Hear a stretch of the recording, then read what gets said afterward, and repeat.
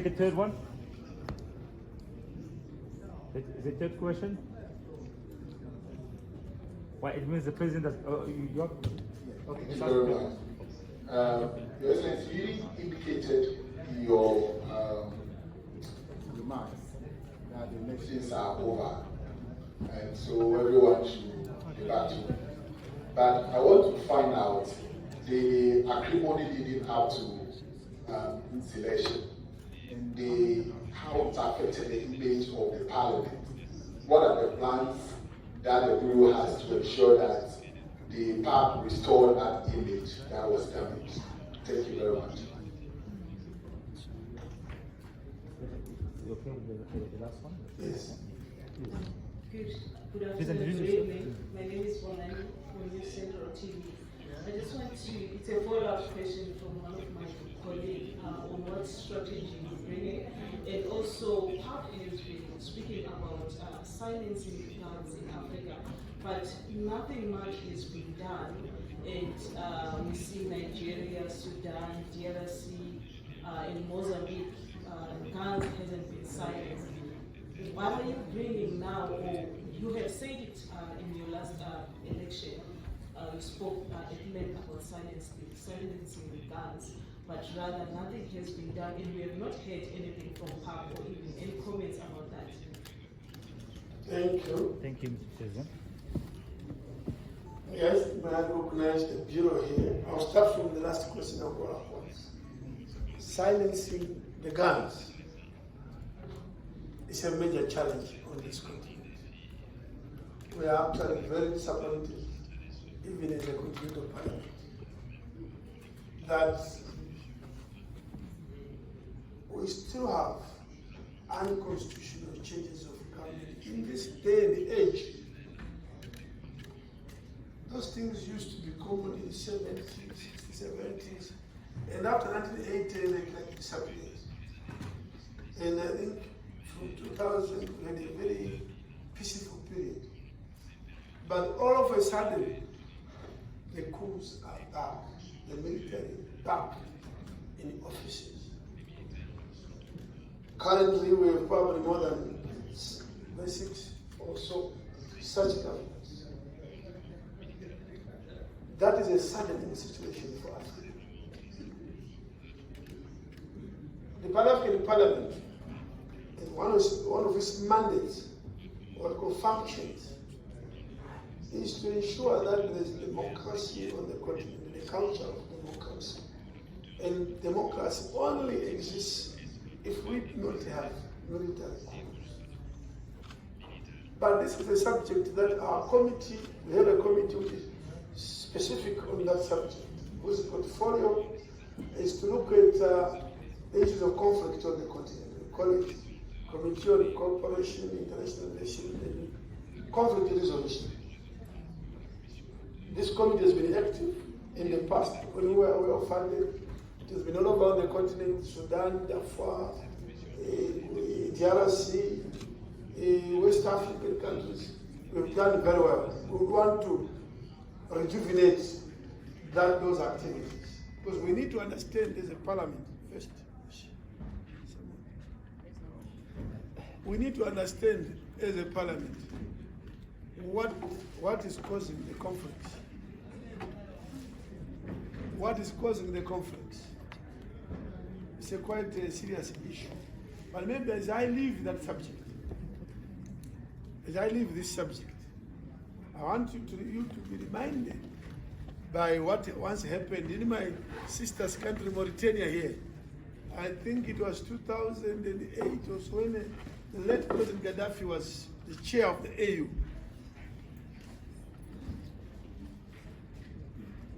There was a coup in Mauritania when Gaddafi was chair of the AU. Then the AU said, we no longer accept a government that is run by the military. No ways.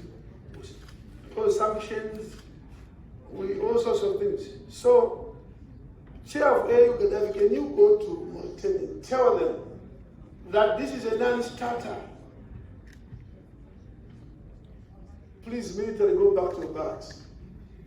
when His Excellency Gaddafi landed in action in Mauritania to tell the Mauritanians that the coups are no longer allowed in Africa, the AU said no.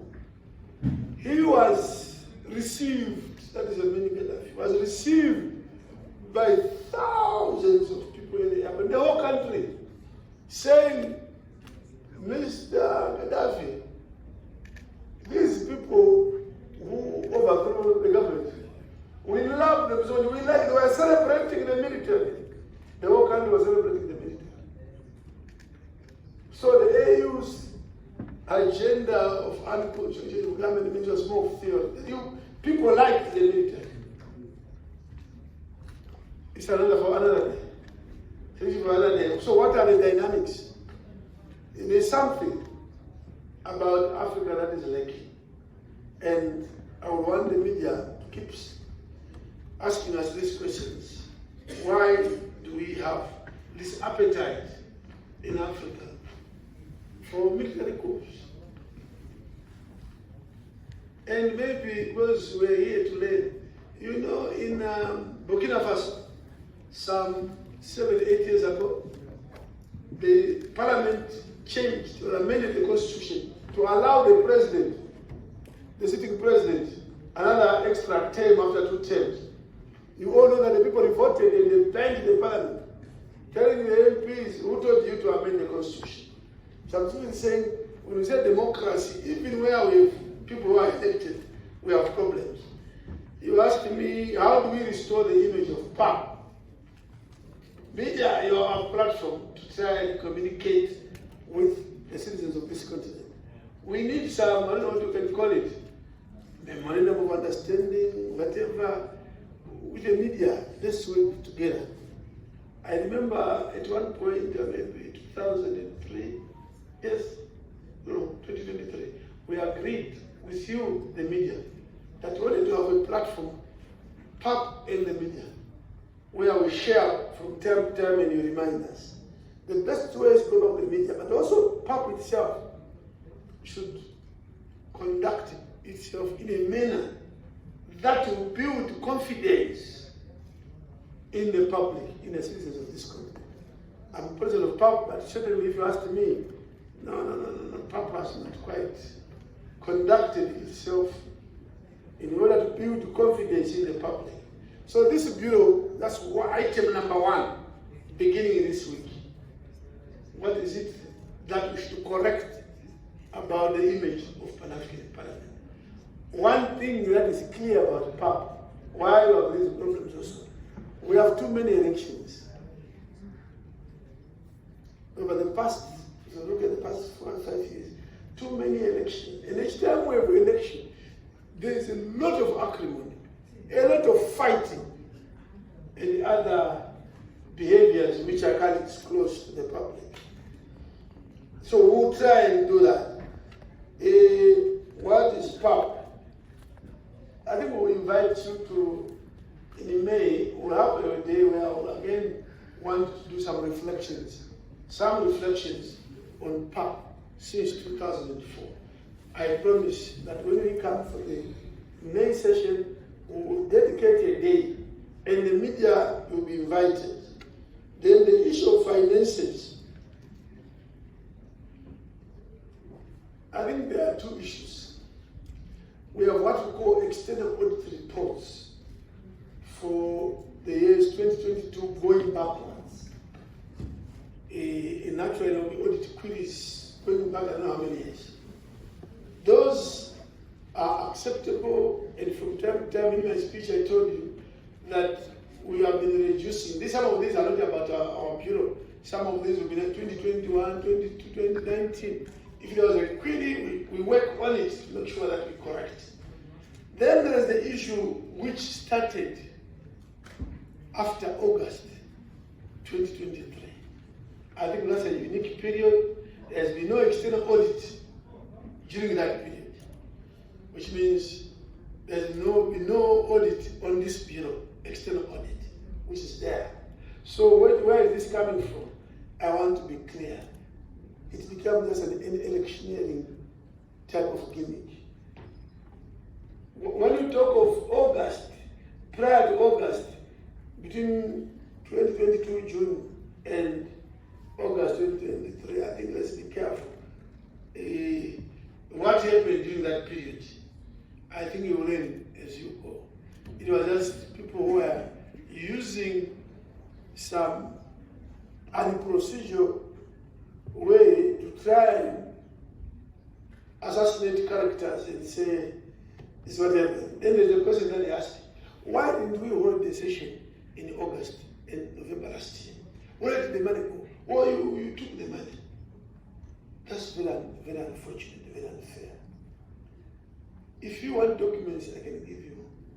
In March 2023 and May 2023, our finance committee here presented the report here and said the budget allocation for 2023 can only cover committee session in March and plenary session in May, and it's done, it's over. If you want details, the AU allocated totally insufficient fund for 2023. They worked on the assumption that because they were planning in 2022, they thought COVID would continue, so we would be sitting virtually. And reduced the amount for the March session for committees, which is usually 900 per session, 1,000. They reduced it to 500 for 2 sessions, March and August. You see, just look at the mathematics. That you usually use 900, you are given 500 to cover 2 sessions. When 900 is about the minimum for 1, but you are given 500 for 2. But we managed within the constraints to hold the March session. But to have change for August was impossible. The same with the May session. For a proper 2 session, we need about 1.3 million for a session. We were allocated 900 for 2, 900,000 for 2 sessions. Again, it was impossible. But we did the May session, and indeed there was no money. I presented the foreign ministers on the need to have more money for Papa, and they said yes, give them. That money never came, and that's why there was no session. There was no money. Simply no money was allocated by the AU, but it has been used for political electioneering. No. But look, that's cheap politics. Forget about it. These are the questions. Against the AU, the PRC, and everybody were moving very well at all fronts, including trade on the continent. We were making a contribution to trade, which is through the Africa Continental Free Trade Area, which is really the key thing about reviving economies on this continent. The issue of the Agenda 2063, which we believe has not moved at the pace that the citizens of this continent would have wanted to see. So we as PAP, we are sitting back and sitting down with committees again in all sectors. And now we've even introduced other committees like mining, which we never used to have. Committees like which is very specific on immigration. Now, because for now, a very amorphous, complex, heterogeneous type of committees. We are saying committees should be focused on a clear business, but I want to admit that the challenge of unconstitutional changes of government on this continent is something that, as a representative of the people, as a parliament, we need to sit down and rethink, because we now have more coups than what it was the case 10 years ago. At the time when they silencing the guns, instead of the guns silencing, they allow more guns that are being heard. So, indeed, we are going to move faster. I know there are issues of climate change, for example, issues of food insecurity, which is a problem, but this is a more serious parliament now, where this break was an interlude. We've come back with more energy, more sharper vision, and are ready to move. And just to reflect back on what you had done in the past, would you say that you believe at this point that you've made movement from before? Yes. Movement means one area which was giving us problems is the relationship between Pan-African Parliament and the African Union organs, mainly the AUC, the PRC. Yeah, those two mainly are the key organs. The relationship was very bad, yet they are part of our administrative system of the Union. We engaged them. We even had a retreat with the PRC, as the ambassadors of Africa based in Ethiopia, here in South Africa. Excellent. We resolved a number of issues, and even the working relationship improved. If you attended our retreat with the ambassadors, the foreign minister of South Africa, Honorable Panda, even praised Pan-African Parliament and the Bureau for the good work that they done in a short period between June 2022 and December 2023. It was really fantastic. And we are saying the good work has been acknowledged at all fronts. The interest in PAP had also gone up very much. Mainly the Arab world, the Arab League, if you look at how many engagements, how many have come here, how many MOUs that we've signed. Yes, the confidence in PAP has been building. There is evidence on the ground. Unfortunately, this break also cost us. That is between August 2023 and now. It really cost us a lot. So we have to run quickly and make sure that we close the gates that have been open and the leaking pipes in the institutional arrangements. But we are keen to move. We know the issues. We know where we are, and we easily repair our damaged image.